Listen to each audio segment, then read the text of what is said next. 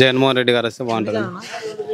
ఆయన పెట్టిన సంక్షేమ పథకాలు, నవరత్నాలు అనే పథకాలు ప్రతి ఒక్కటి కులం పార్టీ భేదం లేకుండా ప్రతి ఒక్క ఇంటికి అందుతున్నాయి.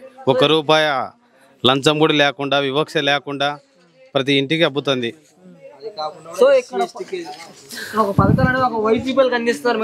ప్రతి ఒక్కరికి అందుతున్నాయి. ఏ పార్టీ లేదు, ఆ పార్టీ లేదు. గతంలో ఉన్నాయి. గతంలో అవినీతి, డబ్బు, ఎవరికి డబ్బు ఇచ్చే వాళ్ళకే పథకాలు. ఈ పార్టీ ఒక్క రూపాయి కూడా లంచం లేదు, డైరెక్ట్గా అకౌంట్లో పడుతుంది. గతంలో ఎవరు కూడా చేయలేదు. అందుకే ఖచ్చితంగా జగన్మోహన్ రెడ్డి గెలుస్తాడని మా నమ్మకం. ఎంతమంది కలిసి వచ్చినా జగన్ అన్న ఏం చేయలేరు. ఎవరికి జగన్ భయపడి వీళ్ళల్లా గుంపులు గుంపులు అవుతున్నారు.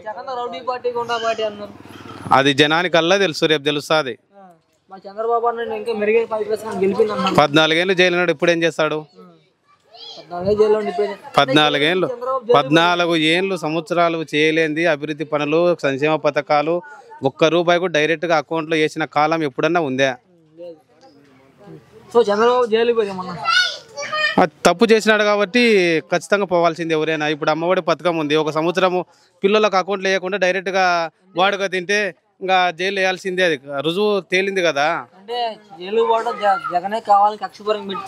అది జగన్ ఏం లేదు, తప్పు చేసినాడు కాబట్టి 2017 నుంచి అది తప్పు జరిగింది కాబట్టి దాని ప్రకారమే చట్టబద్ధంగా జైలు వేసినారు. జగన్ వచ్చేనే బాగుంటుంది. బ్రహ్మాండంగా చేస్తున్నాడు ఎమ్మెల్యే గారు. ప్రతి ఒక్కరికి అందుబాటులో ఉంటాడు. అన్న పాటుగానే పలుకుతాడు. ఏ ఇబ్బంది ఉన్నా కూడా.